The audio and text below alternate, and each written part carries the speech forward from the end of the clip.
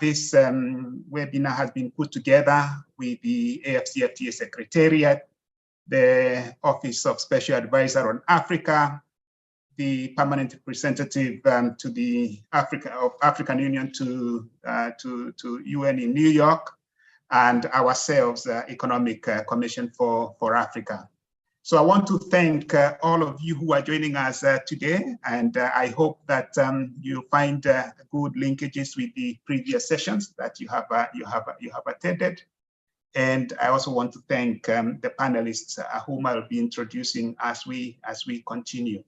So for now, we are going to listen to our principals, the three institutions that have put this together, starting with Ms. Cristina Duarte, the UN Under-Secretary General and the Special Advisor on Africa, followed by Mr. Antonio Pedro, the Acting Executive Secretary of the Economic Commission for Africa, and then Ms. Emily Jerry Mboro Doria, the Director of Trading Services, Investment, IPR, and Digital Trade at the AFCFTA Secretariat.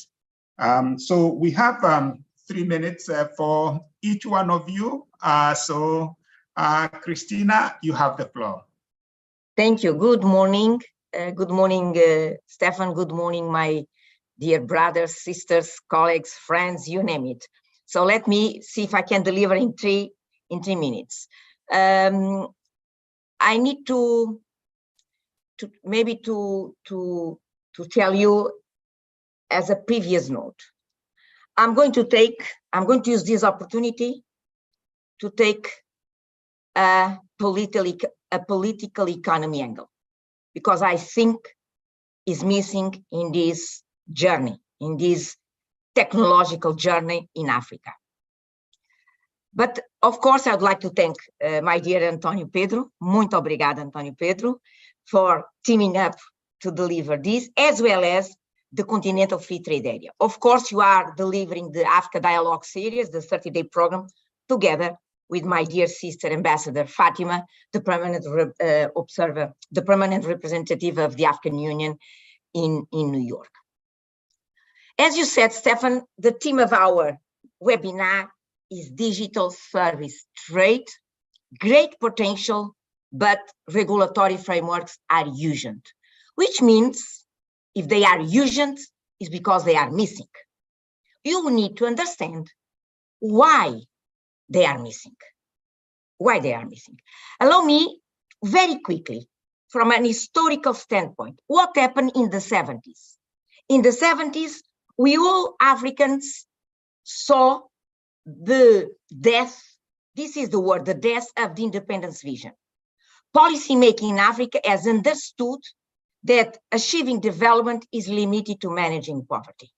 That happened, that conceptual shift happened in the 70s. So what we saw in the 70s was a shift from the industrialization agenda that was very clear in the 60s Independence Declaration towards that of poverty reduction as a major, and this shift, in my opinion, is the major contributor for the economic malaise of our continent. So what happened? The development agenda globally shift to the lowest common denominator. Until now, managing poverty as opposed to socioeconomic transformation. And everybody's connected on this. This is the reason, and I will try to explain quickly, that today, we're still struggling in putting in place, let's say, strong regulatory frameworks for digital transformation. So in order to break this cycle, this shift to the lowest common denominator, and to generate economic growth that leads to sustainable development, I would like to remind everybody that from 2000 to 2015 or 2020, Africa enjoyed very strong economic growth rates. They did not deliver sustainable development, they did not deliver resilience. And at any external shock, we are hit very, very badly. So for this breaking of the cycle to happen, digital has become an important piece in the equation. An important piece in the equation. So innovation has become a necessary component of any solution: food security, education, health, energy, you name it. Without digitization and digitalization, we are in a position not to deliver, it's amazing, not to deliver Agenda 2063. As simple as that. So, and the problem is that innovation, if you read the documents, official documents, in the past 20 years, is mentioned, is talked, has been debated, but not strategized, in my opinion. Not, we have been talking about innovation, digitalization, you name it, but not strategized. And this is a huge risk, Stefan and dear colleagues.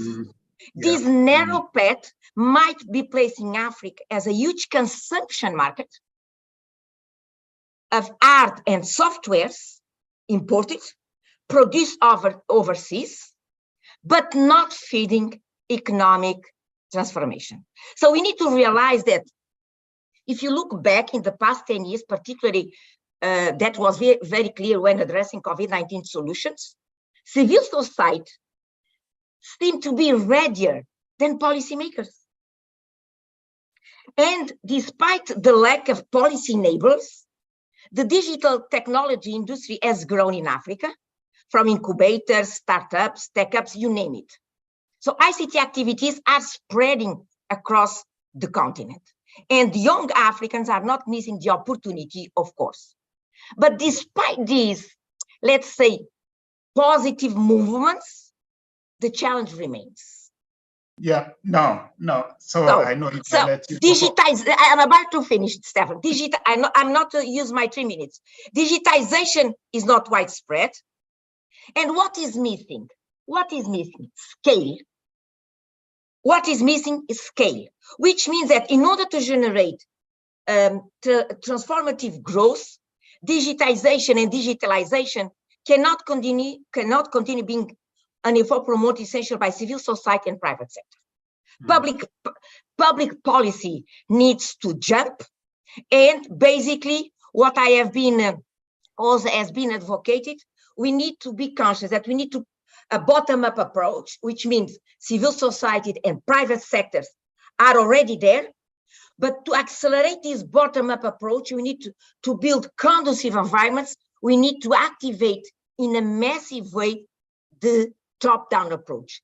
Public policies, they need to jump in a strong way and to create conducive environments. So the 28 access rate to internet becomes much bigger, but more than that, we need to use that internet access to provide content. So socioeconomic transformation is delivered. Since you are already looking at me that my time is over, back to you, Stefan.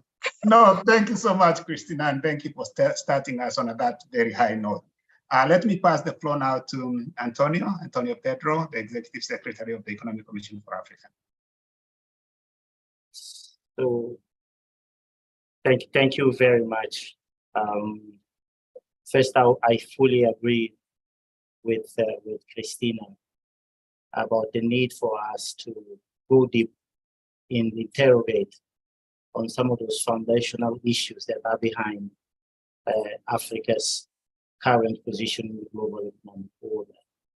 And some of it, I mean, if you use the Secretary General's common agenda language, really has to do with a little bit of more understanding of behavioral sciences, looking at nudges and what we need to introduce as systems so that and incentives in the system so that that ecosystem that we are talking of here can be then triggered. But let me go through the protocol. So, cara amiga, colega, Christina Duarte, I'm the Secretary General, UN Special Advisor on Africa. Dear Ms. Emily Njeri Gloria, it's a pleasure to be at another interesting conversation with you after you've outshined us in Abu Dhabi during the annual investment meeting. Ambassador Fatima, ladies and gentlemen, it's really a great pleasure to be here with you today. As everyone has been saying, trade in digital services has experienced rapid growth in recent years, including in Africa, and has become a crucial driver of inclusive sustainable development. But it's really about scale. It's really about increasing the level of our ambition. Digital services served as a lifeline during COVID-19 pandemic. All of the platforms that we established, from APEX, AVAT, and so on and so forth, were enabled because of digital services. And these enable our economies to continue to function, notwithstanding the impacts of the lockdown measures that were, obtained in all of our countries. But whilst we celebrate these achievements, we also recognize that digital delivered services accounted for only a third of Africa's total services exports in 2021, in contrast to the global average of 60%. So that there's an opportunity there. And this is where I think our reflections today have become important. So we've also, there are the findings of our own recent research that suggests that the lack of an enabling policy environment for digital trade hinders Africa's exports and imports of digital services. This, of course, seems obvious, but it's important in all of these conversations for us to have the necessary data sets, evidence. Furthermore, the regulatory landscape across the continent, again, everyone has been saying, is fragmented. So our conversation today is really about industrial policy. And again, as you've been saying, industrial policy is not really about just the business of a Minister of Industry and Trade. It's a business of the entire system, the whole of government approach. And this is where some of the fragmentation is clear. While many countries are starting to take steps to develop necessary policies and regulations to govern digital technologies and facilitate digital trade and services, they find themselves at different stages and following different approaches. So this, of course, provides room for harmonization, and this is a call that we need to continue to make continuously again and again and again. A harmonized regulatory framework will play a crucial role in creating this elusive, conducive environment for Africa's digital trade and services. E-commerce and everything else that informs it will become a reality if we address these regulatory failures. The ongoing negotiations for the AFCFTA protocol on digital trade present, therefore, a key opportunity to establish such a harmonized regulatory framework for the continent. ECA, as many other partners, is supporting this process by collecting data on digital services trade restrictions, which can inform the negotiations. And beyond that, of course, we are mapping and profiling what is the constraints to trade overall in Africa. Our African Counter Business Index is one example of such endeavors. Research findings reveal that restrictions on cross-border data flows, along with limited data protection, have a particular detrimental impact on digital service trade in Africa. These two factors need to be addressed hand in hand, as relaxing restrictions on cross-border data transfer will only be feasible if a robust and reliable framework for data protection and privacy is in place. It is essential that consumers are protected when accessing the internet and conducting online transactions, including payments. Uganda serves as a positive example in this regard, as the country has successfully implemented legal frameworks for data privacy that cover online sales and electronic transactions. But we cannot live with isolated cases. We have to create a cohesive movement across the continent. So more countries in Africa need to emulate Uganda's of this. At the continental level, the AU Convention on Cybersecurity and Personal Data Protection which was adopted in 2014, is of course a reference. However, it has only been ratified by 13 AU member states thus far. During the AU summit in February, we did indicate the importance of prioritizing this effort of ratification of protocols that are key to making CFTA work for us. So the ongoing negotiations for the CFTA protocol on digital trade present an opportunity to enhance the convention's effectiveness and to incentivize more countries to ratify. In concluding, I would like to highlight that Africa has some of the most rapidly growing markets and greatest entrepreneurial energy in the global economy. And Christina made reference to the creative energy that lies in our youth. It's really about creating the right environment to harness all of that potential, providing context-specific solutions in local language and beyond, so that everyone can benefit from the opportunity that is associated with e-commerce and digital trade. With the right policy frameworks, these factors can serve as ideal launching pads for innovation, job creation, and economic prosperity. It is imperative that we take the necessary steps, therefore, to ensure that the continent can fully harness this potential. Against this backdrop, I wish all participants productive discussions during today's webinar and look forward to an informative session. Thank you very much. I hope I've used my 3 minutes effectively. Thank you. No, thank you so much, Antonio, and thank you also for complimenting what Christina said, putting some practical things to it. So let's listen to Emily, who has this very important task of shepherding the negotiations together with the SG and the chair of the negotiating team. So Emily, you have the floor. Yeah, thank you. Thank you very much, Stephen. As always, it's our pleasure, and I'm happy to be part of this meeting today. Glad to have the Undersecretary with us, and also DG Lassina Kone, our chairperson for the Committee on Digital Trade, Mr. Rafael Mezui-Minsa, and other friends who are also here, and as the acting ES for UNECA said, Mr. Antonio. Yes, we had a good meeting last week in Abu Dhabi, and we also before that had a very good meeting with Smart Africa, transforming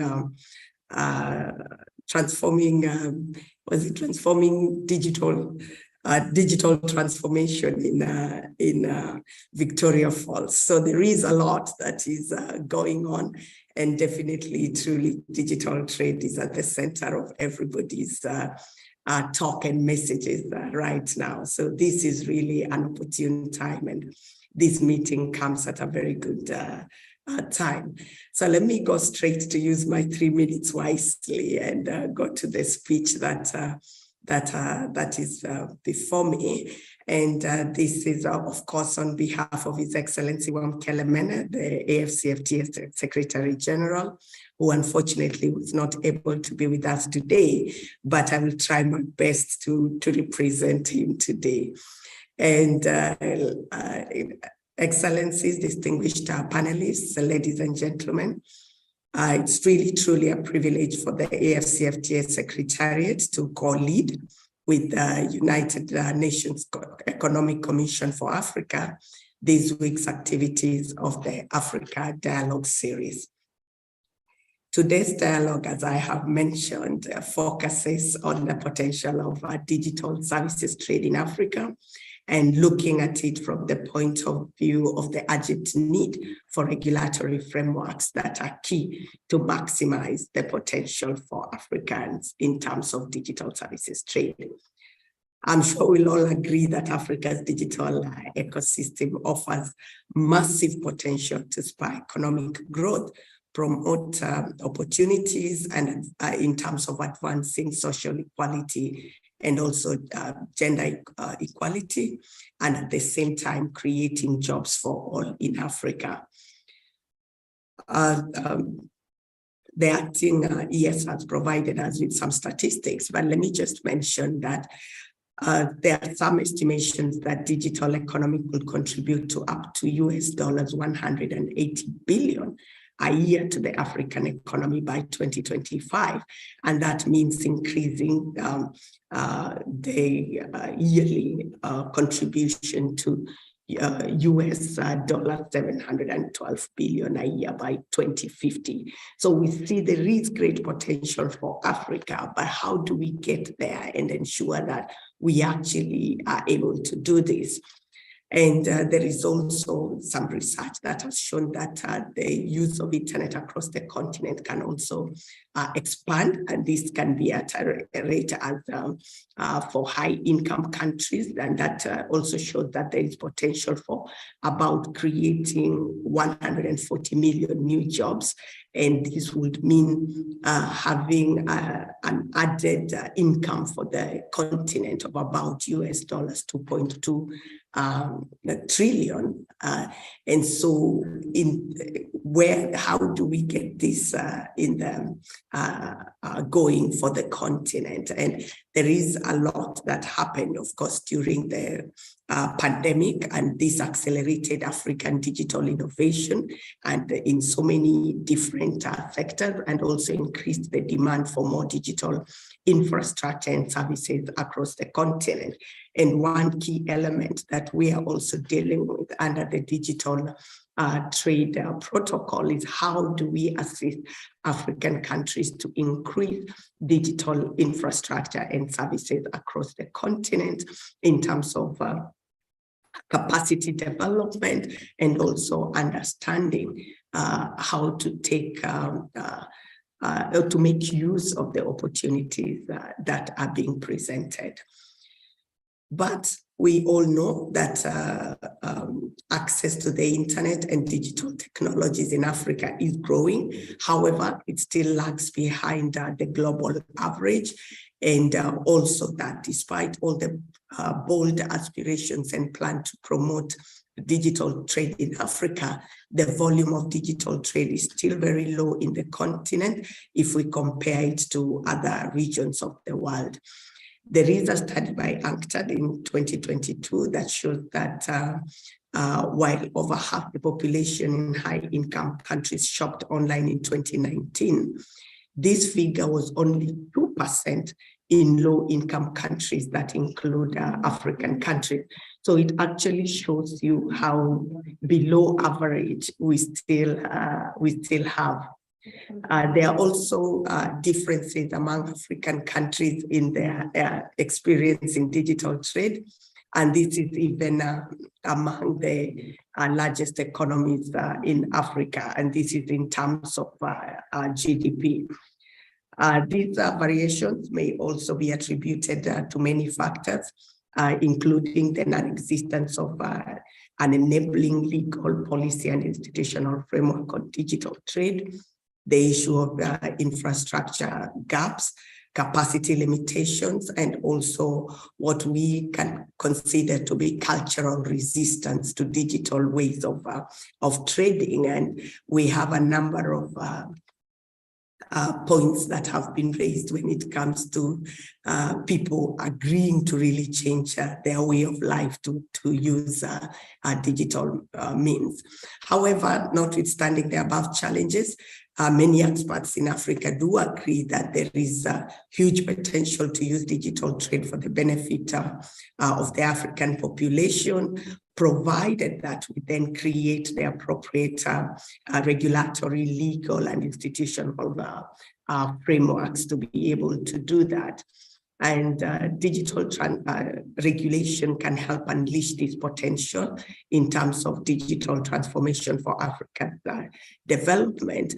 And we also need to keep in track issues related to insecurity or cyber security, and avoid abuse of the use of technology in terms of when we use digital trade.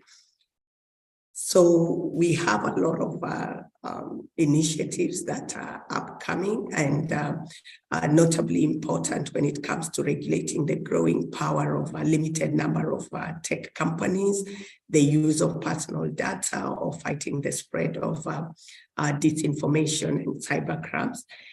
We also need to look at strengthening fiscal oversight to prevent the big tech giants and others from circumventing local laws and regulations, and especially tax systems in Africa.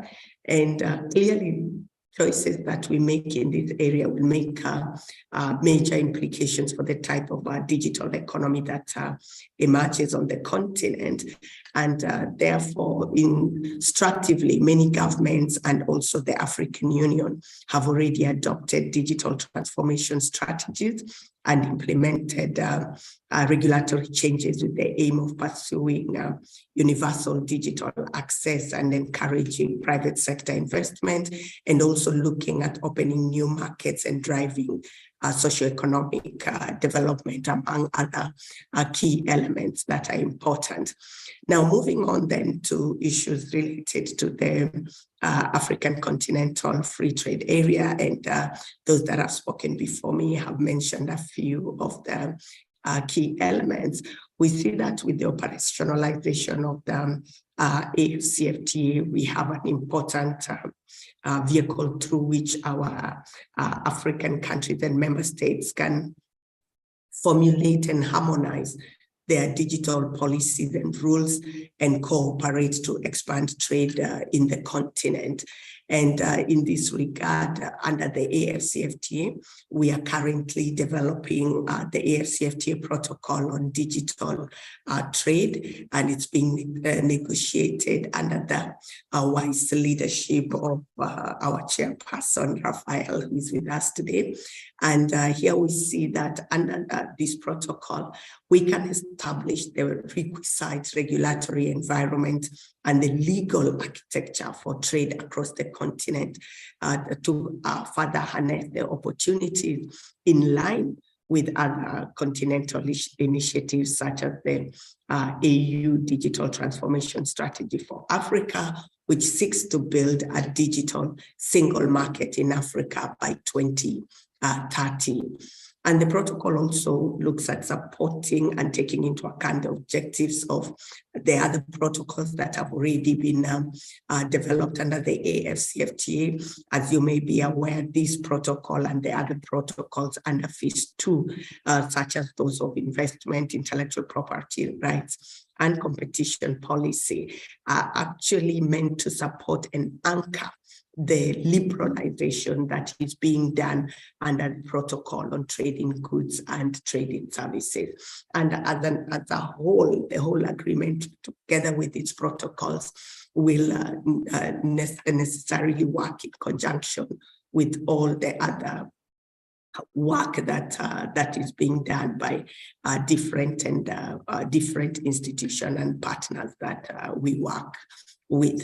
So therefore, a successful conclusion of the negotiations on digital trade within the AFCFTA would help to create the continental foundations and principles for future negotiations between African countries and third parties. And this is also key in terms of articulating a common African position.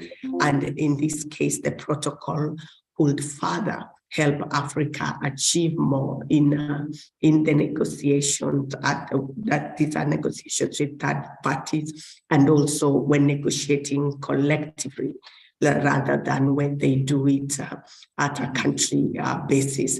Therefore, our long-term goal, therefore, is to create a single and secure digital market across Africa, alongside with the free trade area that is now being created on the ground. And looking at it, this will require large investments in broadband connectivity, secure data infrastructure, and also look at the governmental and legal reforms that then can facilitate competition. And talking about financing and investment in the infrastructure, this will be vital in terms of building connectivity in the continent. And these investments then must be accompanied by policy and regulatory reforms that then create a safe and attractive environment for the private investors. Strong continent-wide cybersecurity will also be important for building trust and ensuring that Africa's digital single market works safely and securely. The AFCFTA is very committed to promote and harness the digital economy, and this is key for us in terms of it being an engine for Africa's growth and development. So more digital trade will mean more jobs for the youth, the African youth, youthful population, and also this will provide us with higher quality of life to achieve the Africa that we want. I know I've been a bit long, and I apologize, Stephen, but I felt it was important to actually point out these things. Thank you very much, and all the best with the rest of the meeting. Thank you. No. Thank you. Thank you so much, Emily. I mean, you are giving us what's going on in the negotiations. It's good for the listeners to know, and also to be encouraged that we are moving towards that finish line to get this digital protocol together with the other Women in Trade protocol. So. Thank you very much, Christina, Antonio, and Emily. Now we are going to go to the second part of our webinar. We were supposed to have a setting the stage by Her Excellency, our Deputy Secretary General, but for unavoidable reasons, she was not able to do that. But I have been promised that her message is also going to be part of what is going to be curated out of this session. So once you get the link eventually, we will have her statement there. So let me go now to the panel. So we have Dr. Raphael Mezwi-Minster, the DG of the Digital Economy, Ministry of Communications and the Digital Economy from Gabon. And as you have heard, is chairing the negotiations. We also have Ms. Michelle Chivunga, the CEO and founder of Global Policy House. We have Dr. Robert Ochola, the Chief Executive Officer of Africa NENDA. We also have, I don't know whether Angela has joined. She is in now, Ms. Angela Wamola, the head of Sub-Saharan Africa GSM Association. We also have with us Mr. Lassina Kone, the Director General and CEO of Smart Africa. And last but not least, we have Ms. Tresha Mapanga, the Chief Operating Officer of AE Trade Group, who are based in Kigali. So, and I'm going to invite each one of them in that order. Now, for us to be able to get an opportunity maybe to respond to a question or two that may come from the floor, I'm going to request my panelists, rather than taking the 10 minutes we had given, we see whether you can do 8, and see whether you can keep to that. And I'm going to start with Dr. Raphael Mezwi-Minster, just to say that if digital infrastructure is crucial to enable digital trade in Africa, having a conducive regulatory environment for digital trade is probably equally important, including ensuring that digital infrastructure can be fully utilized. So it's for this reason that the Economic Commission for Africa, as you heard from Antonio, has been collecting data throughout the continent to better understand Africa's digital trade regulatory landscape. Now that we know, and it has been said that you are directly involved in the ongoing negotiations on the digital trade protocol under the AFCFTA agreement, what do you feel are the main priorities to be considered in terms of regulatory measures to facilitate intra-African digital trade on goods and services in the AFCFTA context? And is there any experience or initiative from Gabon that you would like to share with us geared towards accelerating the country's digital transformation? The floor is yours, DG. Merci, Chers collègues, pour la parole donnée, bonjour à tous les collègues et merci pour l'invitation à ce forum. Effectivement, comme vous venez de le dire, l'Afrique a beaucoup investi dans les infrastructures ces dernières années, mais malgré ces investissements, aujourd'hui, l'environnement réglementaire pose des freins quant aux usages de toutes ces technologies et de ces investissements. Et au même titre que la connectivité aujourd'hui, l'environnement réglementaire, les lois, pour faciliter non seulement le commerce numérique, mais les usages en général des nouvelles technologies sont nécessaires pour notre commerce numérique en Afrique. Quelles sont donc les principales priorités à prendre en compte? Comme venait de le dire Émilie dans son introduction, l'environnement réglementaire pour améliorer le commerce numérique en Afrique nécessite pour les États d'améliorer l'environnement réglementaire. Et comme ici, il s'agit de numérique, ça veut dire que notre commerce va partir de ces formes conventionnelles habituelles sur papier vers des formats numériques. Et en premier lieu, la priorité pour les États, effectivement, de reconnaître tout ce qui est documentation numérique. Les lois devraient donc pouvoir évoluer pour chaque État pour reconnaître les documents numériques, pour reconnaître l'authentification de ces documents et surtout tout ce qui est relatif aux signatures électroniques, au sceau électronique, mais également à tout ce qui est au redateur électronique. Toutes ces technologies donc devraient être intégrées et reconnues par nos États et c'est vraiment la principale priorité qui va permettre de pouvoir authentifier les documents et de permettre aux États parties d'avoir des transactions électroniques qui sont reconnues mutuellement.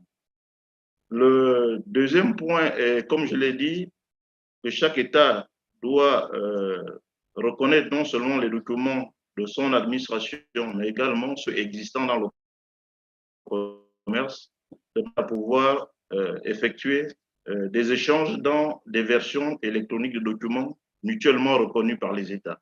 Donc, nous devons faire évoluer en priorité nos lois dans ce sens-là. Et en général, dans le commerce, il y a les contrats. Ces contrats également, aujourd'hui, sont des contrats sous forme papier. Les États devraient mettre en place des règlements et des lois qui permettent de reconnaître des contrats sous forme électronique, de reconnaître les factures qui sont mises de manière électronique.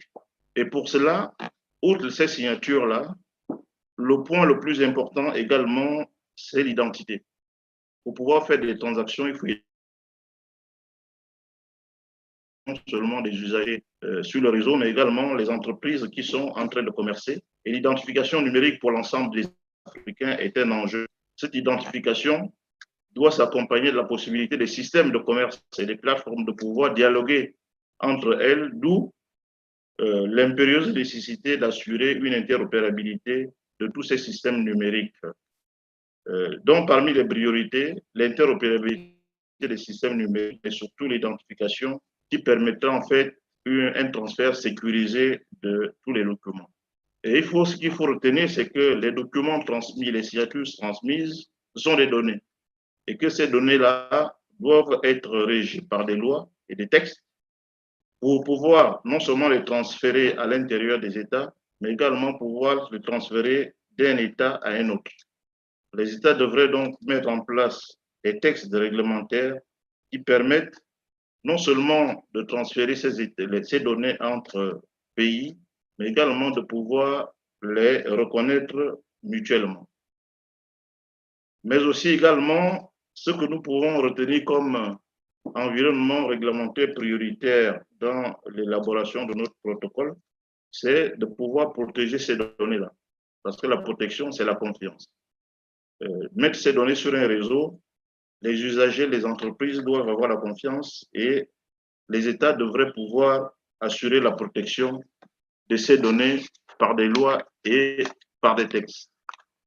Ces protections vont jusqu'à ce qui est sécurité sur les réseaux. d'où la nécessité d'adopter des textes sur tout ce qui est cybersécurité et lutte contre contre la cybercriminalité. Tout ceci participe de la confiance dans l'usage et l'utilisation des réseaux et dans tout ce qui est protection du consommateur. Voilà en gros partager les priorités en termes de textes, mais également ce que nous pouvons rajouter comme priorité, c'est que les États devraient pouvoir à la fois mutualiser, mais partager également des infrastructures. Donc, trouver les textes, les cadres réglementaires qui permettent un partage de ces infrastructures, mais également une mutualisation dans tout ce qui est stockage de données, des échanges et la protection de ces données-là. Ce qu'il faut également rajouter, c'est de créer un cadre qui est favorable à l'innovation. Il y a Émilie qui vient de revenir là-dessus. Les données, c'est, comment je pourrais dire, c'est l'or de demain, c'est le pétrole de demain, c'est la ressource principale de demain.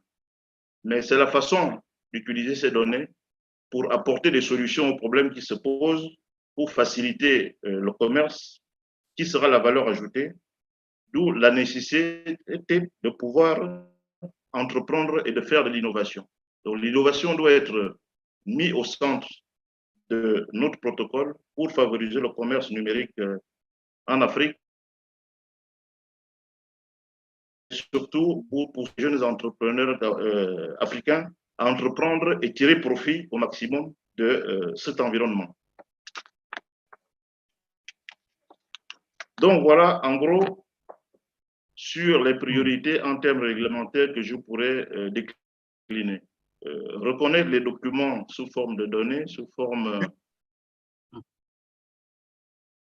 papier, mais sous forme numérique, pouvoir authentifier ces documents pour avoir des signatures qui sont reconnues, et pour cela, il faut des textes également, et reconnaître les technologies qui vont avec. Il faudra pouvoir stocker et protéger ces données, protéger le consommateur également pour avoir la confiance. Voilà en gros l'ensemble du cadre réglementaire sur lequel les États devraient travailler en priorité, mais pour cela, ils devraient pouvoir également mutualiser les investissements, mutualiser les infrastructures et les partager. Et enfin, aller dans... Thank you. Yeah. Mm-hmm. Thank you, Raphaël. You can créer finish. Un cadre réglementaire qui favorise l'innovation, s'approprier toutes ces technologies. Pour ce qui est de l'expérience du Gabon, en dehors des infrastructures que le Gabon a mises en place, comme tous les autres États, et a adhéré au principe de réseau unique, et c'est pour ça que le Gabon, qui est l'un des pays fondateurs de Smart Africa, a récemment signé son accord pour intégrer le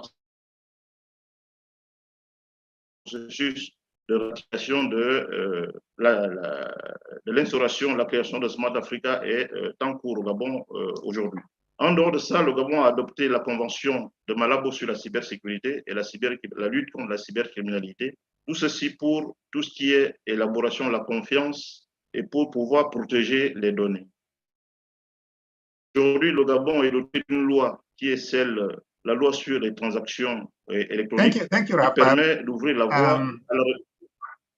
Raphaël, I don't Yes. want to interrupt you, but maybe if we can, I think you've given us good examples of what Gabon is doing.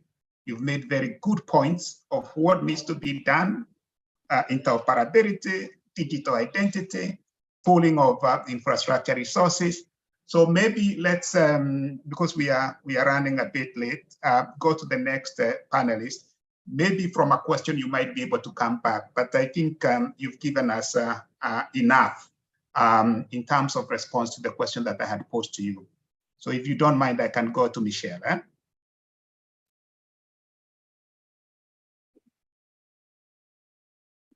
Merci. Thank you so much. So thank you. Let's go to Michelle. So statistics from ITU indicate there are very big divides in terms of internet access in Africa. 64% of urban citizens have access to internet. but only 23% of the rural citizens are connected. Similarly, men seem to have are more connected to the internet in the continent than women at 46% against 34%. And even at the country level, we find that internet access ranges a lot from one country to another. So the core business of Global Policy House is to bridge and close the global digital finance and identity gap. And clearly the statistics that are given, it reveals that there's a lot of effort required. So can you please tell us how the Global Policy House is contributing to filling these gaps in the African context, of course, and in terms of both required investment and capacity development? So maybe also 7 to 8 minutes. Thank you. Thank you so much, Mr. Stefan. First and foremost, just thank you so much to the invitation to come and speak to you and address you all. It's a real pleasure to join you. Wonderful to see some very familiar friends and partners that we work with, including the CFTA. So very, very happy to be here. Your question is really timely, actually, because, most of our work really is committed to supporting many people we consider to be really left behind, or, we're seeing the gaps are starting to increase over time. And our work really, we work in the space of emerging technologies. We're looking at things like artificial intelligence, blockchain, data, IoT, and how we can really leverage technology to support communities that are not necessarily included. And for us, the digital divide really is an issue, and I think it's an issue that we can solve. And so we're quite excited about potentially leveraging one technology, but also looking at some of the policy frameworks and how we can look at the policy to actually help to improve the challenges around the digital divide. I mean, what we have, like everybody has already said, is really that a gap between what I call the data rich and the data poor. And where you have that disparity between people, where you have some communities who have access to connectivity, who have access to data, and then you have other members of society who do not have that access, is creating a very big barrier, and creating new barriers to even trade and to be able to do business. So for us at Global Policy House, we've made it a point to actually look at how we can close those divides, especially for women and young people. Now, of course, we're operating across the world, but our primary market is obviously the African continent. I'm an African girl myself, and we're very, very passionate about making sure that young women, especially, can actually contribute and take advantage of what's happening within the digital economy. So our work is really geared at supporting women, for example, to get involved into the digital economy. An example of a program that we have is the 10 Million Women Initiative that was launched last year by His Excellency Wamkele Mene, to support 10 million women to come into digital trade, support 10 million women to come into the blockchain and emerging technology space. Because what we're seeing is that big, massive gap where we have a lot of women not necessarily participating in terms of writing code, creating new products and services, but actually consuming some of the products and services. So what we want is actually to have more women participate and to actually mainstream women into the digital economy. And of course, why are we doing that? Because obviously women are playing a very critical role in terms of trade across Africa. Many of our entrepreneurs, many of our businesses are women, right? Under Secretary General really pointed out a very important point around scaling. Now, if we do not look at scaling and really supporting businesses to scale, then we're missing the trick a bit. And I think what is missing even on the continent is actually initiatives that are scalable, that are able to reach many, many more people, especially, again, youth and women, of which our continent is made most of. The other area that, again, we're really looking at is around capacity building and education. So, without digital literacy, we're not going to be able to take advantage of what the digital economy has to offer, to be honest. So we need to be able to actually give people the right skills.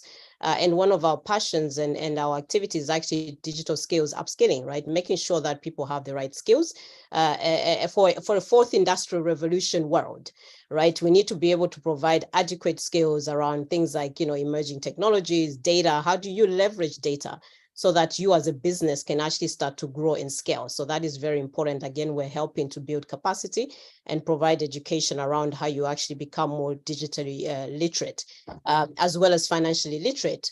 Again, the third point we're looking at is around investments and channeling financing. So for us, again, we're very passionate about trying to close that gap. You won't believe it, but I think only 2% of businesses who are in the digital space are actually women-led businesses. Right, only 2% of startups actually that are in the digital space have been started by women, which is a very, very low number. So we need to actually increase that number and try and scale that number. And then in terms of funding as well, we want to channel investment. So we're supporting by trying to bring more financing and investments into women-led businesses, but also into startups across Africa. What we're seeing in terms of the funding, I don't know, $6 billion went into startup funding in 2022. In Africa, but most of that money is coming from outside of Africa. It's not coming from internally within Africa. We need to create a stronger capital markets within Africa. And then we need to be able to offer more choices, right, in terms of financing for these businesses, for our businesses. And of course, the protocol is, of course, very, very beneficial, very important to enable that to happen, both the investment protocol, but also the digital trade protocol that the director, Emily, spoke about. It's very, very important that for us, I think as a business that we're providing that support role, but we're also helping to look at the implementation side of the protocol. So we want to make sure that, we are building those products. We're also creating our own products using blockchain, using AI. And these products are the ones that we're going to use to bring into the market. But we have to create those products. We don't have to sit and consume products from outside. I believe that African entrepreneurs and African youth, African women should be the ones building these products, should be the ones writing the code, and we should protect that code and make sure that the IP is also protected. So those are some of the things that we are covering. And of course, the digital trade protocol, which again, we're working with the CFTA on, is very, very important for businesses like ours because it enables us to access more market, enables us to trade and do business, to export into other African markets, all the services I've talked about. So the protocol is absolutely critical for that. I hope I haven't gone over the 8 minutes. I tried to rush, but there's more I could say. No, actually, thank you so much, Michelle. I'm actually quite excited about that 10 million women. So you're doing this with the AFCFTA Secretariat. There is a negotiations on the digital in women and youth in trade. And then you're trying to address this 2% ownership of the startups by women. I mean, it's difficult to imagine what that means. Yeah, I'm a father of 2 girls and 1 boy, so I get concerned when I hear some of these statistics. Now, let's go to Robert. Robert Ochora, the CEO of Africa Nenda. So one of the key areas of your work at Africa Nenda revolves around payment system projects. So could you please tell us about the type of support and solutions you are offering and how those may complement and facilitate the use of the Pan-African Payment and Settlement System, that's PAPS. And there is a high possibility that some of the participants in this webinar may be interested in getting support from you. So who are your stakeholders and how should they be reaching out to you for support? Robert. Thank you very much. A very good morning, afternoon, and good evening to everybody. I'd like to just start by recognizing Under Secretary General, Acting Executive Secretary, and my sister from the AFCFTA.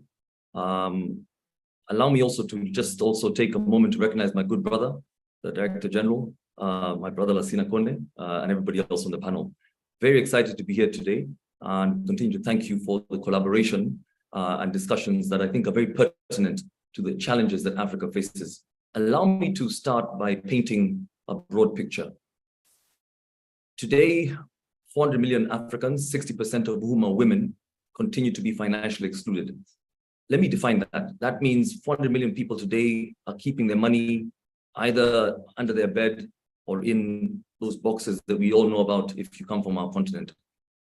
Some of the studies that we've put in place show that if we do not do a significant impact in bringing on financial inclusion, by 2050, we would have only onboarded 140 million. That means by 2050, 250 million Africans will still be financially excluded.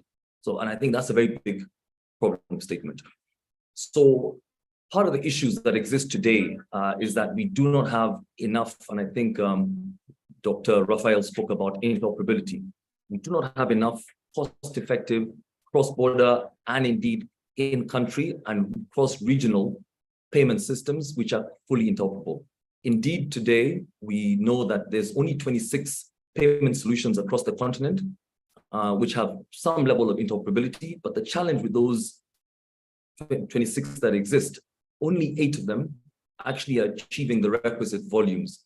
And the way we did that definition, and I think we worked with UNECA on this, we worked with the World Bank on a report, we found out that if you look at the gross national income, vis-a-vis the transaction volume, only out of the 8, only 5 of them are actually achieving anything above 70% transaction volumes. So basically, you have put in place payment systems with some level of interoperability, but they're not actually achieving the requisite price points. They're not achieving the right throughput in terms of volume. So that is the problem statement. So at Africanenda, our role is to come in and provide a solution across the board, where we come in and look at what we call pre-project, where you look at the initial design, you look at the scheme, you look at participation. A lot of systems today do not actually include fintechs. Some of them are bank-led, some of them are MNO-led, and the cost implications continue to be a significant challenge. When we look at cross-border payments, which I think is what PAPS is trying to solve, and I'll come back to that, you find that to pay, if you're sending $100 from one African country to another African country, it'll cost you anything from 12% to 24%, whereas the global average is 6%. The SDGs is asking for a number that is closer to 3%. So that is the problem statement that we have today. And the reason why we're not able to solve that is because there's a lot of challenges around policy harmonization. There's a mismatch in terms of regulation. There's a mismatch in terms of the skills that we have across the continent. So you find in some areas, vendors come in and they provide vendor solutions without capacitating the solution providers and indeed those within the countries. So what we believe as Africanenda to solve that problem is that we need to put in place efficient systems which are fully interoperable, so they achieve at least some of the requisite volumes that we're seeing in some of the systems I mentioned. Ghana is one country which has achieved the highest level of interoperability. And Nigeria, through their NIBs, they're bringing in the payment service providers through the MNOs, so they have also achieved some levels of interoperability. Kenya, of course, is mobile-led, have also achieved levels of interoperability. So we want to take the continent up to that level and also bring down the cost, both in-country, but also for cross-border payments. Once you have those systems in place, 18 markets today in Africa, I forgot to mention, do not have any systems in place. So if you were to link your cross-border, which is the PAP system, into those 18 markets, you actually don't have a place to do the integration. So part of our work is to ensure that we scale up, build platforms in those 18 markets, scale up some of the 26 markets so that when PAPS is ready to plug in, you have a completely seamless and enabling environment so that you then have full interoperability, right cost structures, and indeed you onboard and provide financial literacy so that we can actually then move to the level and take the issue of payments, both in country and cross-border, off the table as one of the non-tariff barriers that inhibits a trade and of course slows down the issues of the AFCFTA. Allow me to then say 2 more things before I move to our stakeholders. We've also taken critical learnings and part of our work is to share best practice. 3 years ago, Brazil had about 30 million or 40 million people who were financially included. They rolled out, I think, what is probably the most advanced system, which they launched in 2020, called PIX. PIX onboarded 70 million people. And when you're doing person-to-person, it's free. They brought down the cost of merchant payments from 3% to 0.3%. They've onboarded about 11 million MSMEs, SMEs, and indeed corporates onto this platform. And we've seen a significant uptick. And these are some of the models that we're sharing with central banks. So that speaks to one of our stakeholders. So we did a 1-week training with the Central Bank of Brazil. We brought in about 15 central banks on the continent so that we can showcase that. Another example, which speaks to another stakeholder, is brought about from the example in India. And we've got some of those examples in Africa as well, but allow me just to use, for purposes of scale, India as a case study. India rolled out an interoperable platform called UPI. One of the things they did is provide an open data, open banking solution, where they provided the data to fintechs, and fintechs using that data were able to come in and design solutions that brought down the cost of working capital from 20% for small scale traders down to 3%. So these are some of the things we would like to do to ignite a digital transformation on the continent by also building solutions using African system providers, African developers. And indeed, we were on that journey. Last year, we brought in about $11 million to Rwanda and indeed to COMESA to build solutions which are going to be actually designed using local content. So the final thing I'd like to say in terms of our stakeholder universe is banks is critical, MNOs are critical, and I think we're working with the AfCFTA again on the digital trade protocol because we believe that the cloud infrastructure needs to be hub and spoke. We think as a continent, we don't have enough money to build 54, what we call tier 4 data centers, each one costing between $10 to $20 million. So we think we need to have hub and spoke, and therefore the framework around data sovereignty, data privacy, data passporting needs to consider that so that you almost have a hub and spoke and allow customers, technology providers, banks, MNOs to host their solutions on the cloud, of course, with all the right protocols, and we get efficiencies for scale. I'll stop there. Again, thank you for this opportunity. I hope I've not gone beyond my 8 minutes. Thank you. No, thank you so much, Robert. This is also much exciting. You revisit the issue of pooling infrastructure in terms of the data center so that we don't have to spend a lot of money. You also talk about lowering the cost, because I think one of the complaints as an African citizen, besides being a UN employee, one of the things I've seen is that citizens are still complaining about the cost of transactions or the cost of doing things using fintech. So it's good to hear the best practices that African Nenda is trying to bring in from Brazil and also from India, if they can help us. And so thank you so much, Robert, for your intervention. So let me go to Angela, Ms. Angela Wamola from GSM Africa. I'll start by citing some statistics from ITU 2022 figures, which say that when combining fixed and mobile internet networks, Africa is not performing very well, with only 40% of its population having access to the internet against 60% of the world population. However, this of course hides the fact that Africa does relatively better on mobile internet alone. According to your own recent statistics at DSNA, 2/3 of the world transactions using mobile devices were made in Africa. Again, some link with what African Nenda talked about, which is impressive. So, according to you, what are the main drivers behind this major share of Africa in global transactions made worldwide through mobile phones? And could you also clarify whether these transactions were concentrated in a few African countries and which ones, or they are well spread over the continent? So again, 7 minutes. Thank you so much for that, and greetings to everybody, my fellow partners who are passionate about Africa and moving the needle further. So yes, the statistics that you've mentioned are correct.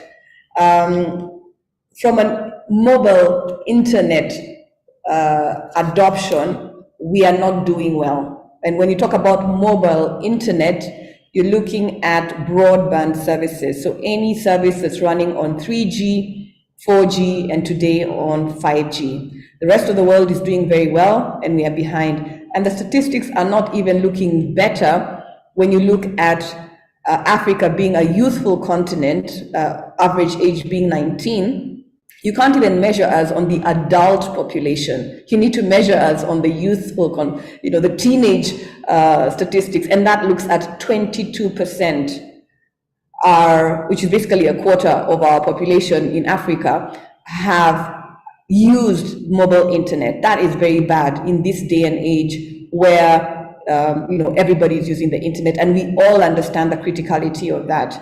So we need to make sure that we can get everyone using mobile internet, because we are leaving almost 80% of our population behind. That's critical. But when you look at mobile money services, then now that's a different conversation altogether. Why? That's exactly where you said where over 2/3 of the transactions of mobile money are from the continent of Africa. Now let me put that into context. That means that out of 65 billion transactions globally, Africa handles 45 billion.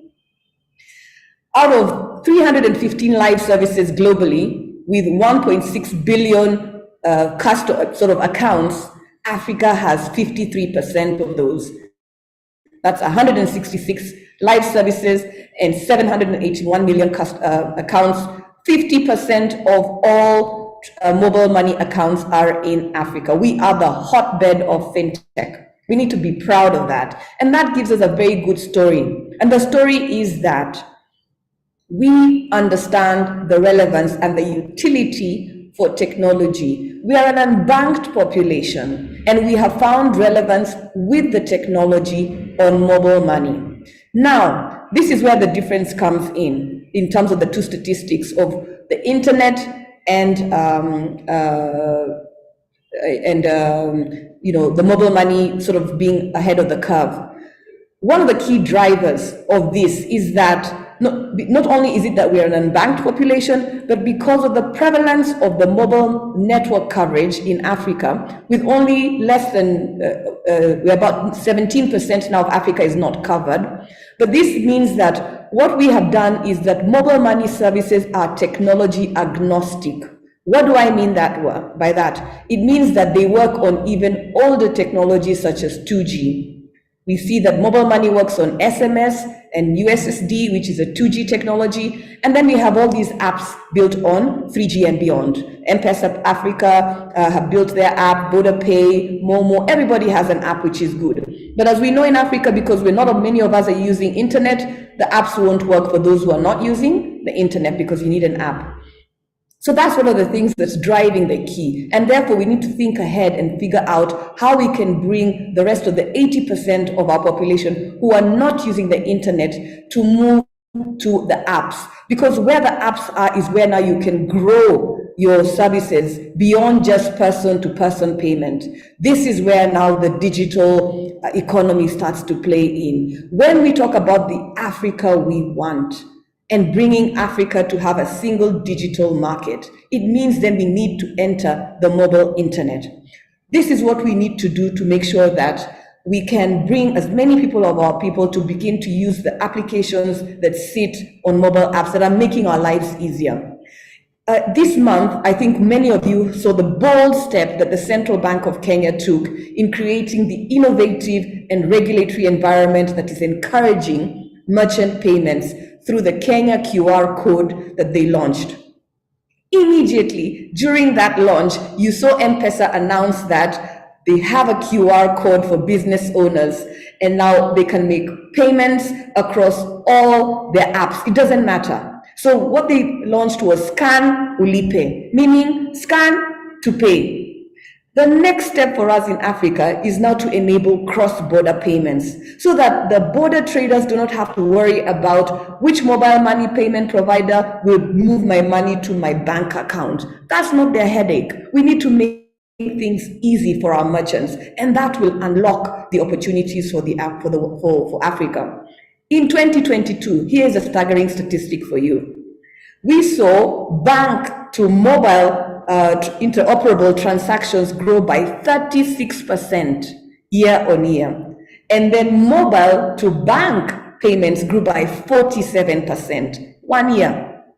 What are we saying? Fast growing interoperable transactions are driving Africa, the industry of the trade in Africa. you will see that also mobile money remains the key savings channel for our citizens. In 2021, over half of the people of the mobile money providers did not offer mobile money savings solutions in their apps. Now, in 2022, 60% of all the merchants, of all the mobile money providers were offering savings account.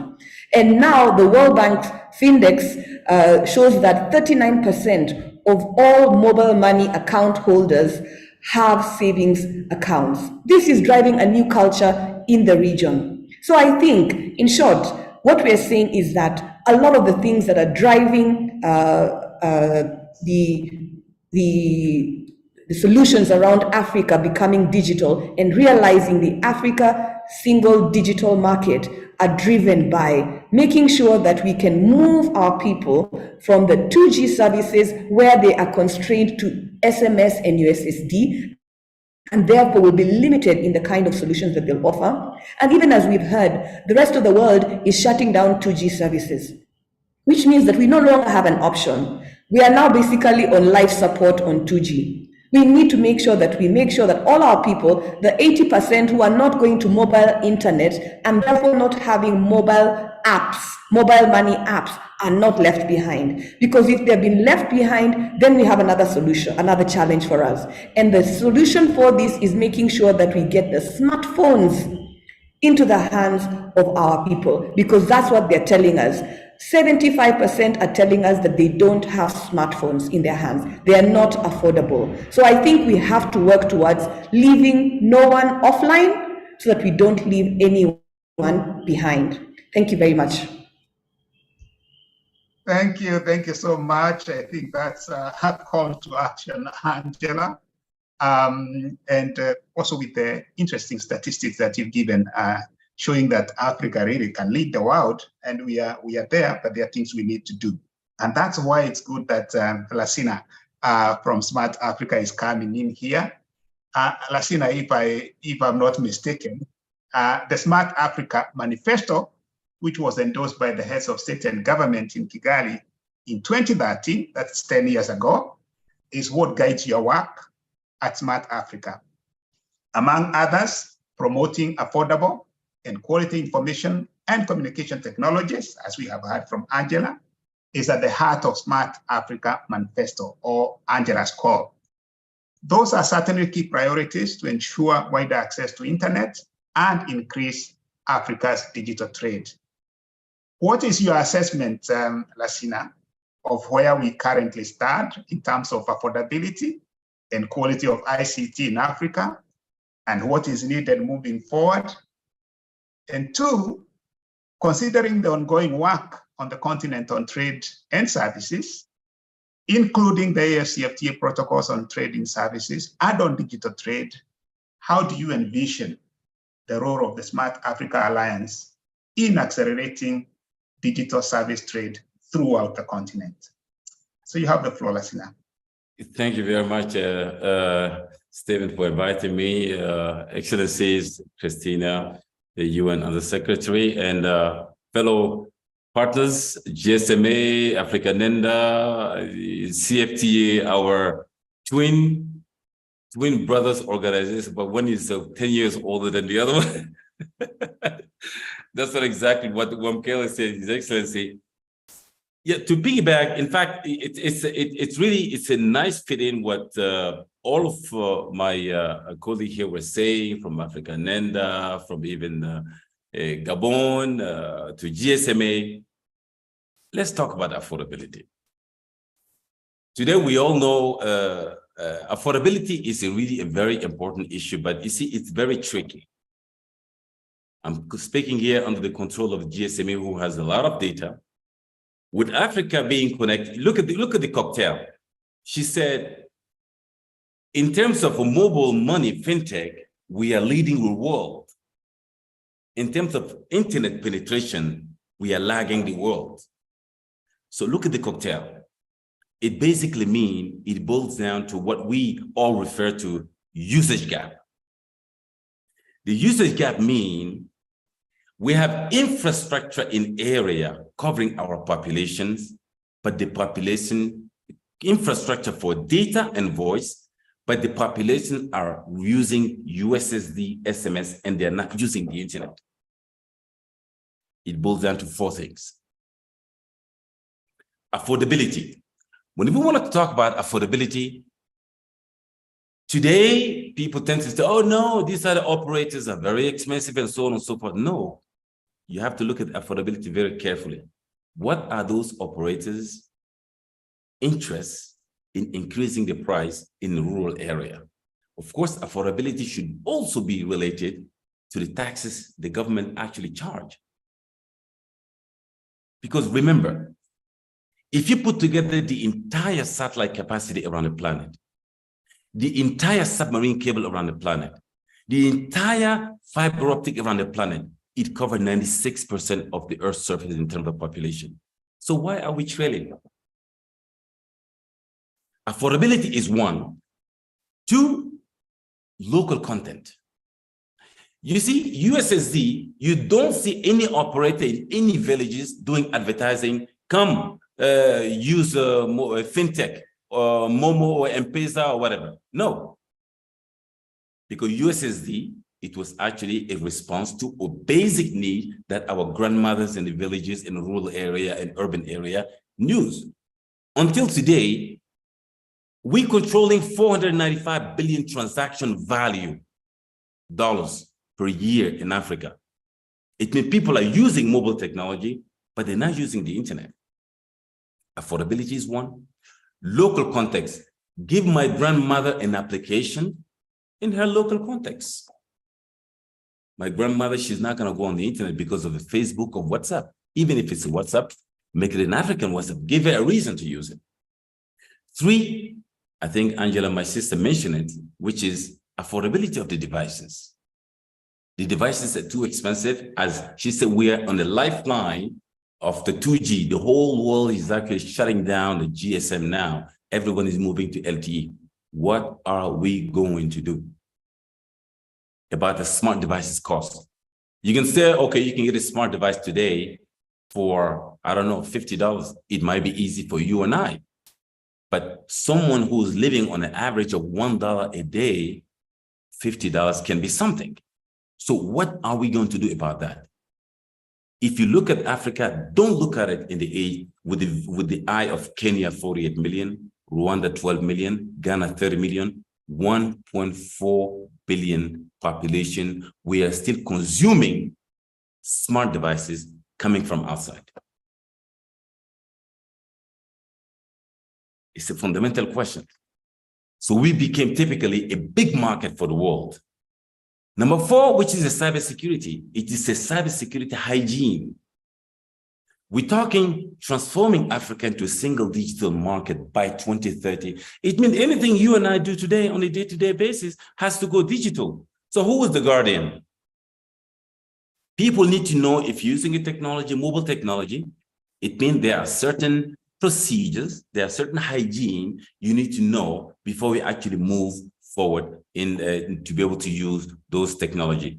These are the 4 key. The usage gap blocking today, it's affordability, local context, which is local content, smart devices cost, and the cybersecurity, which is basically really a trust. Do I trust the technology to carry my data?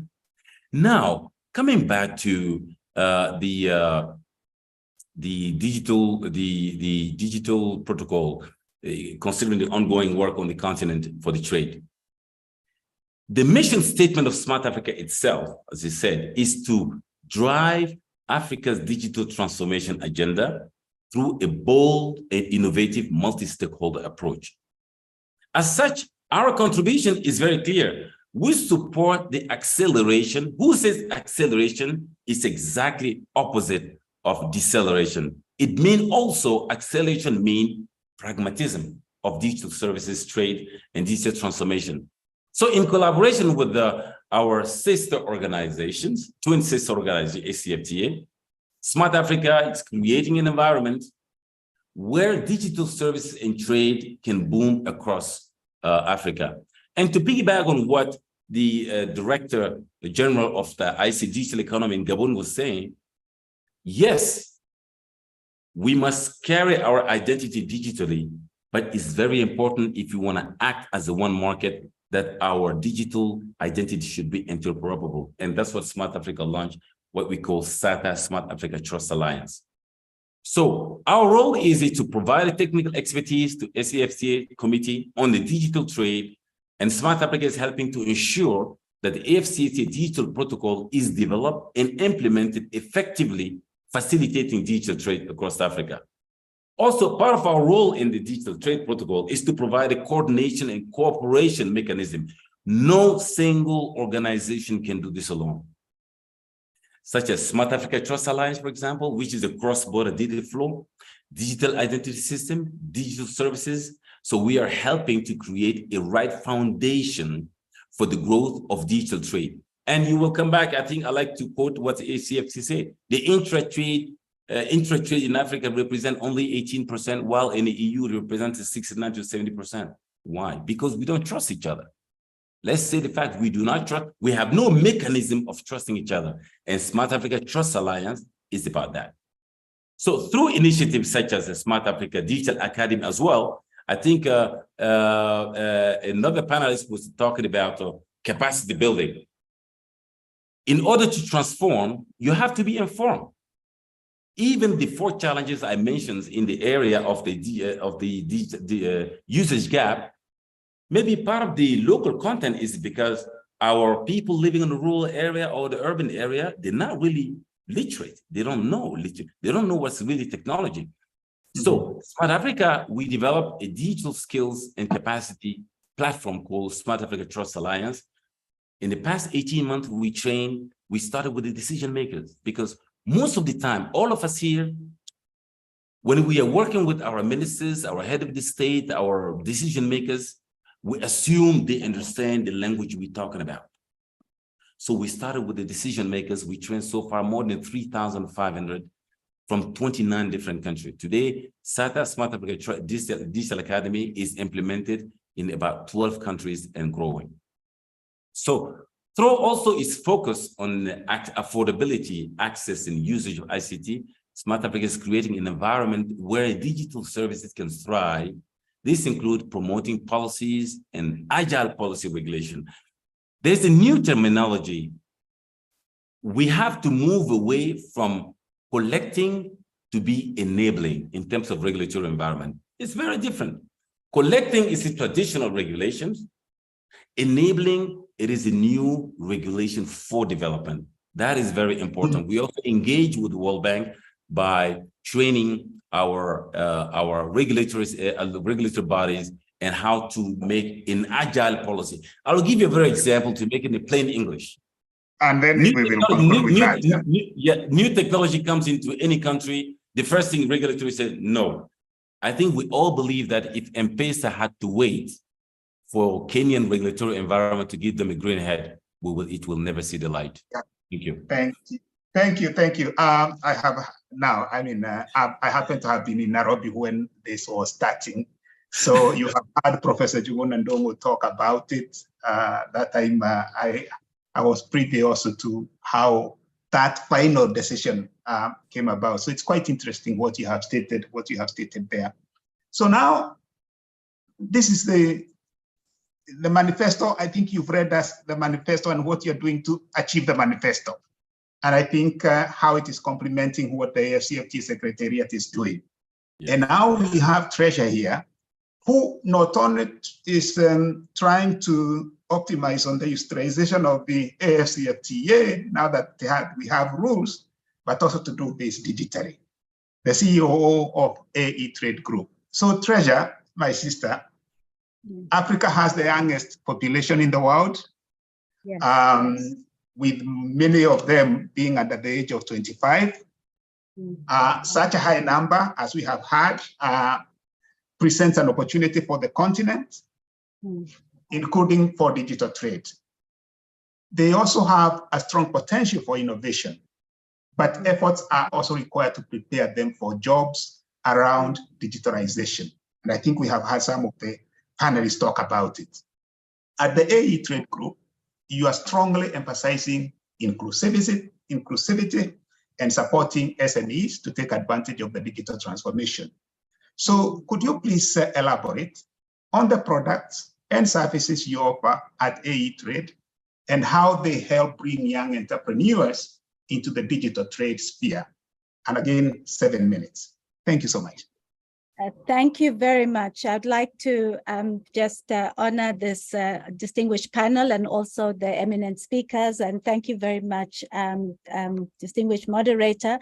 The AE Trade Group, as you have said, is working, focusing on a group that everybody has talked about today, micro, small and medium-sized enterprises as the entry point towards ensuring that all the work that's being done at the level of the African Continental Free Trade Area on setting up the rules takes into account their specific needs and challenges, because we need to ensure that we move forward together. Your question is specific to the youth, and what's great about this particular demographic is not only just its size, but also the enormous pool of talent and creativity that it harnesses. So what I want to just, the way I want to approach it is to say that the AE Trade Group started its journey when it went into the market with coming up with a platform called Sokoku.Africa, basically a digital capacity building machine. That's how we look at it, because it is not just an ordinary marketplace for buying and selling. We started from the premise of saying, let's understand what are the real chronic issues that we need to address in a scalable way to make a difference, to ensure that we get this digital and financial inclusion that we're all talking about. So what we basically found are the three chronic areas was the know-how to do business, and a lot is being done to capacitate businesses. But our niche and focus is the area of mindset, because what makes the small businesses vulnerable, unable to grow, unable to get access to finance, essentially is the survival mentality, which they haven't selected for themselves. They have found themselves channeled by circumstances, and we need to find a way to assist to create an enabling environment to get out of that vulnerability that they're placed in. So in that area, we have a learning platform, digitally delivered called Changing the Mindset to be competitive. And this is just one area that we are working. And of course, we welcome partnerships as well to augment the range of learning material that they can access on the platform. The second, access to affordable finance, has been talked about today. And we know that the enormous contribution that data can make for the vetting process, for the provision of appropriate finance, because we are talking here, when we talk about this demographic, from the micro, the really small that are looking for $100, financing for working capital, for example, to 50,000 up to, 500,000 for investment in plant and equipment as they are growing and scaling. So using the digital partnership, the platforms and partnerships that we have basically set ourselves up to make a contribution in this space. We started with advocacy at the level of the African Union. We talked to the Commission and worked with ministers of finance and basically took a concept of smart finance and digital banking for their approval, which has resulted in a summit decision. What that does is that it basically enables our work with our partners, because it is basically doing the work that Africanenda and many other partners are already doing, that they talked about on this platform today, and that is accelerate the digital and financial inclusion uptake in the continent, finding those options in various tools. So we have a modality called the multi-payment gateway that we have come up with, where we believe that any consumer of services should have choice as to how they want to settle their payments, whether it's mobile payments, wallets, whether cards. We know are very, very rare on the continent, but they should have the suite of options. But what is the challenge with this? Everybody's talked about affordability, but I think the key point I want to underscore is the ability of the regulatory environment to respond fast enough and to be able to take advantage of the opportunities that we see the AFCFTA opening up. And I'm not sure how this will be done, but I think, you know, when it comes to especially the payments landscape, a question I'm having, not being close to the actual drafting of the document, is how will e-payments be looked at vis-a-vis e-commerce? Because, you know, when you're looking at the practical environment of running e-commerce, the two binding constraints are basically the payments, and the other is the logistics. And these are all services that are delivered digitally, that are actually also presumably handled in the Trade in Services Protocol. And I think from the private sector perspective, I think there's a need for us to have a better sense of what is the policy thinking, what is the logic that is being pursued, so that when the regulations come up, they actually speak to some of the innovations and the initiatives that are taking place on the continent, so as not to stunt and pull back the innovation, but to rather capacitate and enable it. So I think this is one point that I wanted to make. Now, moving forward to the logistics, because I think that's another area that is extremely important. We see this as an area that is going to grow phenomenally, and we are looking at the challenges of moving goods now in the AFCFTA and seeing the high cost of doing that, and looking at what are the different partnerships that can be forged in order to ensure that we can aggregate products for small businesses from different countries, and also supply potentially third countries.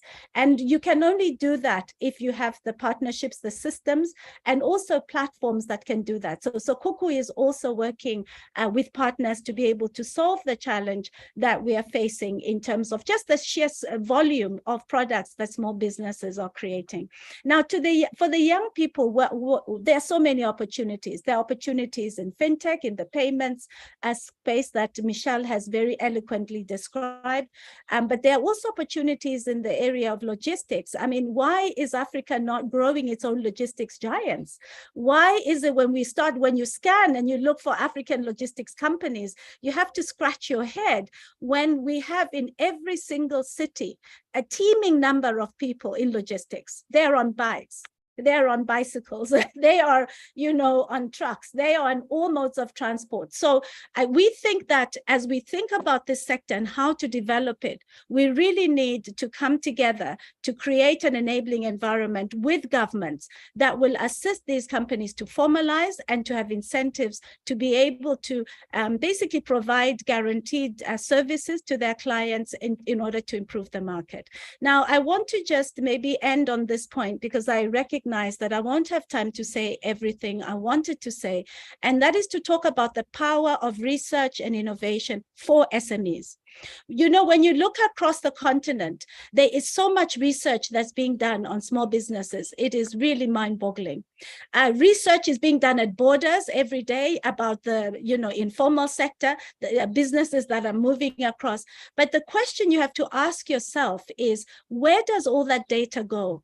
How does it help the woman who is sitting at a border and wants to be able to build a business that is more competitive? Where does she harness the data analytics and the information to be able to boost her business and grow and be eligible for finance because she has a business plan that makes sense? So this is the critical gap that I think we need to address. And we are basically working in a regional hub configuration to set up research and innovation centers that will capacitate and enable the entrepreneurs themselves, because we think that this has been neglected. Last but not least, the AFCFTA is a rules-based governance system.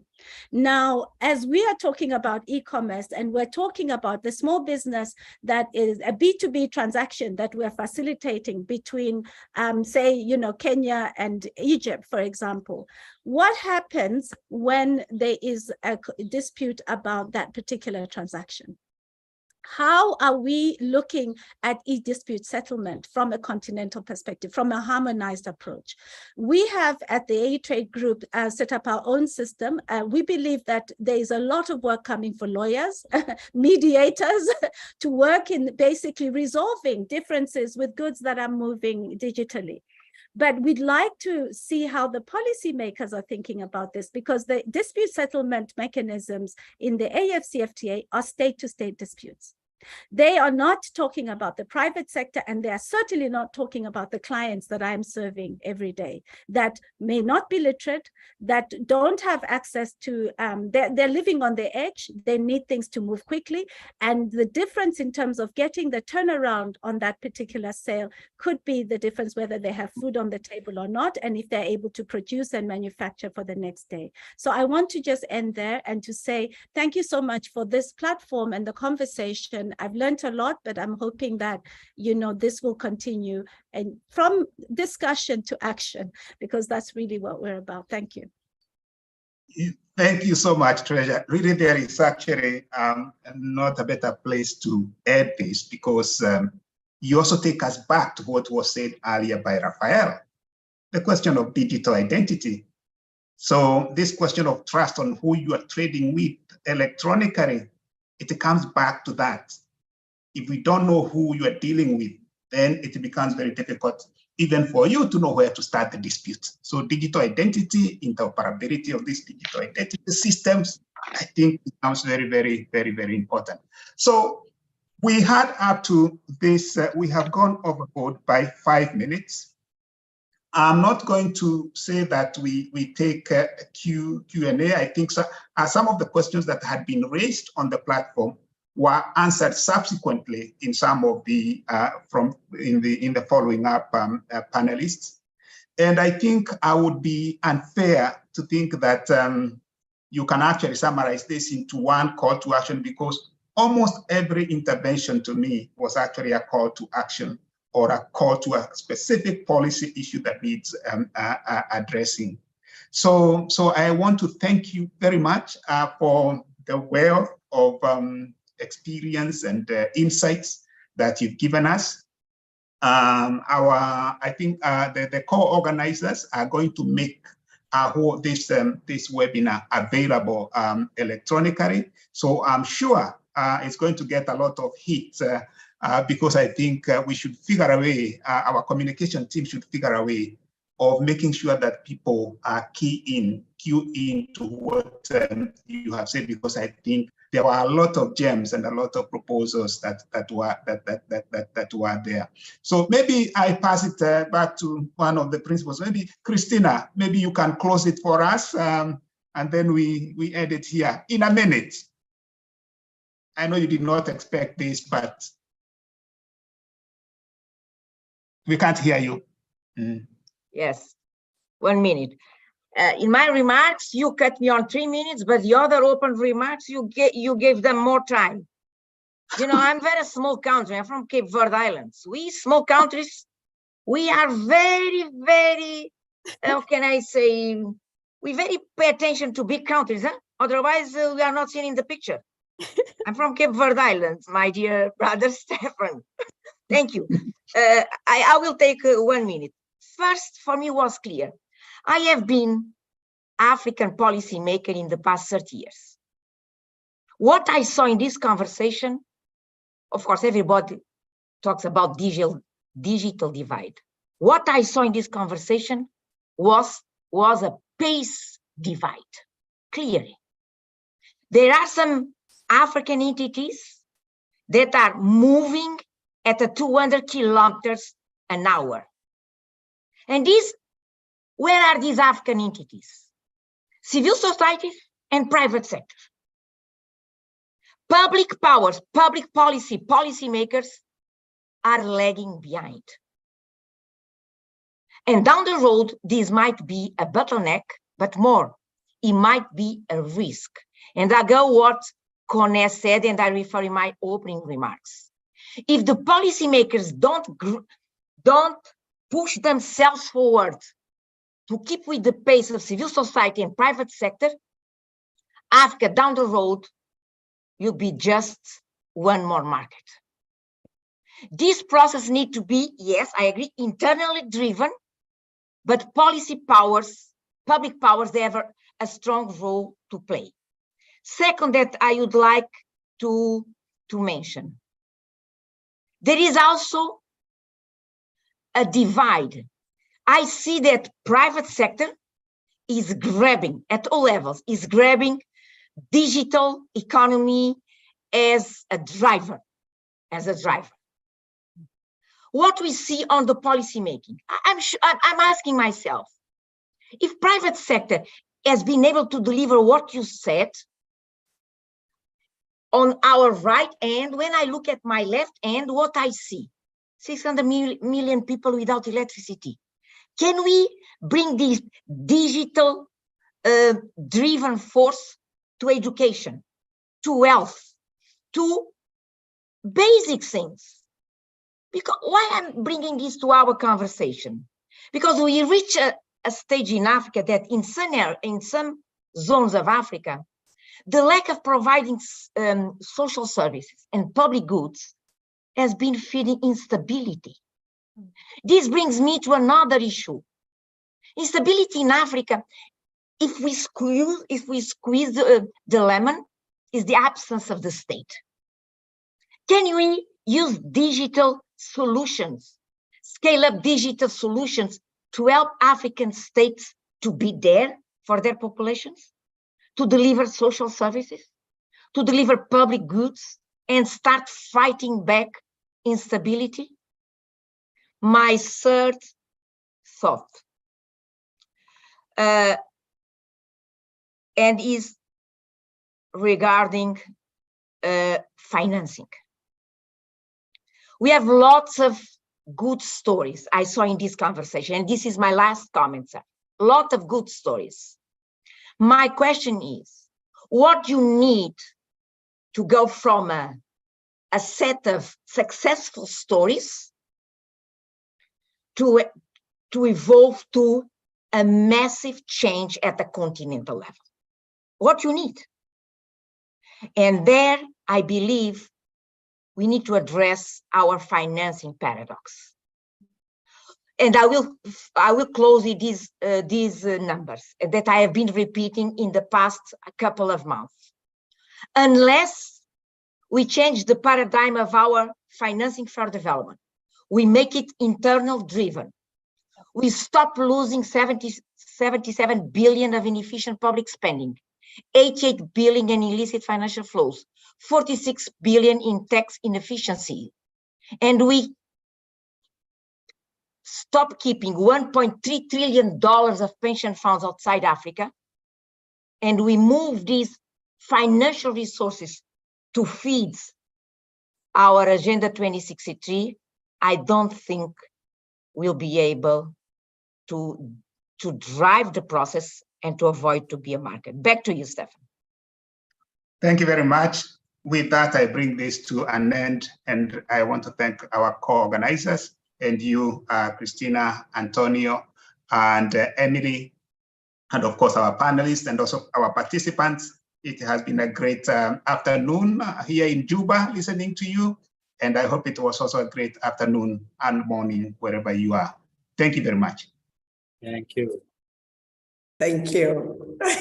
Thank you. Greetings from Dakar, Senegal. Thank you. Greetings from Kigali. All right. Yeah. Thank you. Thanks. Bye. Bye.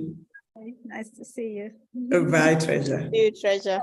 Bye. Nice to see you. Okay, bye. Yeah.